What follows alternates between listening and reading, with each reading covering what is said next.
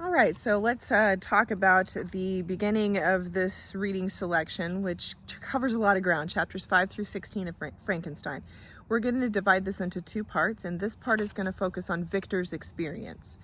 The second part will focus on the creature's experience. So chapter 5 opens with a description of the creature in that moment that he comes to life. And this is what Victor has been waiting for. This is what Victor has been working toward. And when it happens, notice how the creature is described. And I want you to just kind of pause for a minute and think about how the description that Mary Shelley gives us at the beginning of chapter 5, how that measures up to what you thought the creature looked like based on, I don't know, what Hollywood tells us the creature looks like, the kind of pop culture idea of Frankenstein and how that differs from this yellow skin and this long flowing black hair. Why does Hollywood make the creature into this strange green monster? I don't know. It's a good question. I think it's one that we can just kind of mull over. But it's interesting that it's not the same. I want to talk about Victor's response to the creature, because as soon as the creature comes to life, I want to just kind of focus on this passage. He might have spoken, but I did not hear. One hand was stretched out, seemingly to detain me, but I escaped and rushed down the house stairs. Rushed down the stairs. So I just picture this creature reaching for Victor, and instead of taking that hand, Victor runs away. This is this moment of this creature coming to life and reaching for its creator, and instead of taking hold, there's abandonment. I want us to think about Victor and this concept of abandonment as we progress through the rest of his experience here and later on in the story in subsequent chapters. So he walks around Ingolstadt, and then all of a sudden, who should show up but Henry, which is pretty fortuitous, right? Because Victor falls ill. Victor becomes the brain fever, and he falls ill, and he needs someone to take care of him. And luckily, there's Henry. This is a really nice friend, right? Who just drops everything, doesn't go to school, just nurses Victor nonstop for like a year until Victor starts to feel better. So, I mean, that's a really sweet thing for Henry to do. He's a very good friend. Several months, Henry was my only nurse. I afterwards learned that, knowing my father's advanced age and unfitness for so long a journey, and how wretched my sickness would make Elizabeth, he spared them this grief by concealing the extent of the disorder. So Henry also pretends to Victor's family that everything is just fine, which keeps Elizabeth from coming to be Victor's nurse, which is kind of interesting too. And during this time, Victor kind of raves about what has happened, but he's of course very relieved, because whenever he comes back with Henry, you know, the monster's not there, so everything's going to be okay, right? Out of sight, out of mind. He gets this letter from Elizabeth that talks about Justine, so that we can be introduced to the character of Justine before, of course, the tragic events that follow. One of the things to point out about the character of Justine is that she was abandoned by her mother, and Victor just abandoned his creature. So we want to maybe think about that parallel between these two characters.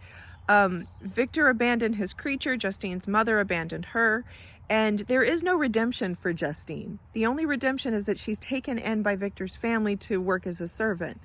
And so is there going to be redemption for the creature? This kind of calls into mind again that responsibility of a parent to a child. We see that not working with Justine. So is it going to work for the creature? So far, no. I mean, Victor's not really following through on the responsibility a parent has to a child. One of the things, I don't know, I just feel like in this part, so much is all about Victor, and everything is all about Victor. He tries to write a letter to Elizabeth and becomes so exhausted that he has to take to the bed again for a fortnight, for 2 weeks. And I don't know. There is a lot of the romantic idealism in here, with the landscape and nature, and of course he finds healing in nature. After he rejects science and decides he will not return to his scientific studies, he goes to school with Clerval, and a year passes, and he and Clerval finish their studies, and Henry proposed a pedestrian tour in the environs of Ingolstadt, so that I may bid a personal farewell to the country I had so long inhabited.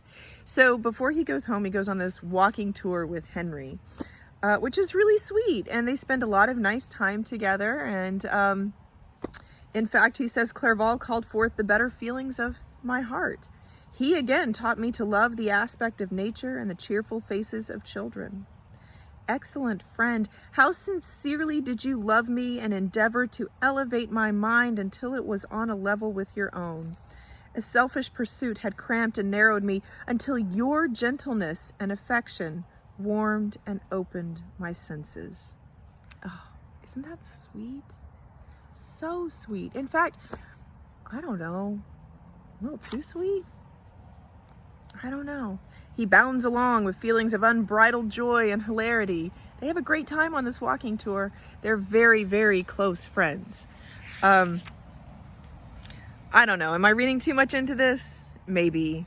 I mean, it was written in the Romantic time period, and maybe dudes were just a little more open with their feelings. Or, you know, maybe Mary was basing a lot of this on her own personal experience with the relationship between Percy and Lord Byron, which was rather close. I don't know. I'll leave it up to your interpretation, what you think. Critics do kind of question this, and there are articles that are written about maybe the queer theory interpretation of Frankenstein. So that's something to think about. Anyway, right after this, William is dead, and Victor is going to go home, and so he starts to make his way home because William is dead. He's got to comfort his family, but he's just so overwhelmed with grief that he stays away 2 days at Lausanne in this painful state of mind. So, I don't know, imagine this. You've been away at school, and you get word that your younger brother is dead, your family's in mourning, you make your way there, but then before you get home, you stop for a couple of days and hang out. So, I don't know, is this selfish or is it not? Is he just so overcome with grief that he can't go on? Would it be better to stop? Or is this a selfish moment? I don't know. I kind of feel like he's not very giving to his family. He talks a lot in here about being just so, he is hurting more than anyone else. It's been a long time. It's been 2 years since he created the creature. And he was at school a year before that. So it's been 3 years since he's seen William. All of his family has seen William every day. So really, who's grieving more? I don't know. There's a part of me in this section that just feels like Victor, everything is all about Victor.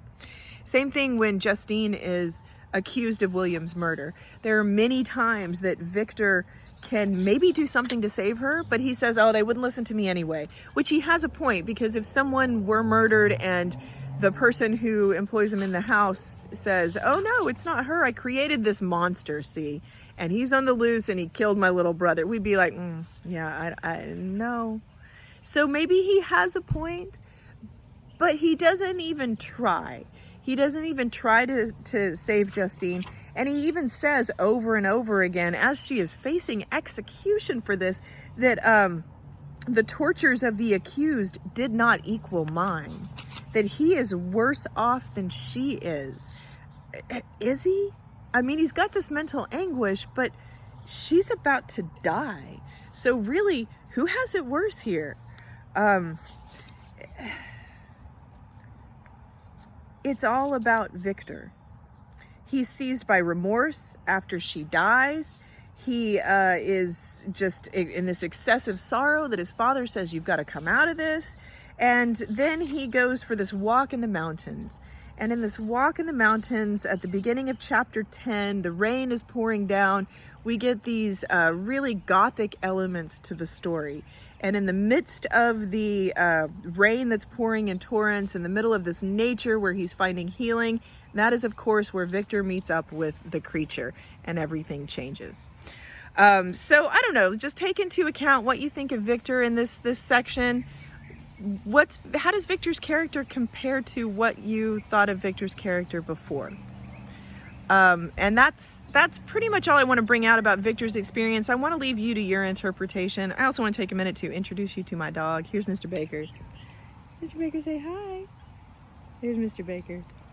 All right, so tune into the next video lecture for the creature's experience, where we'll talk about the creature and what he has been experiencing while Victor has been wallowing in his own self-despair. All right, thanks.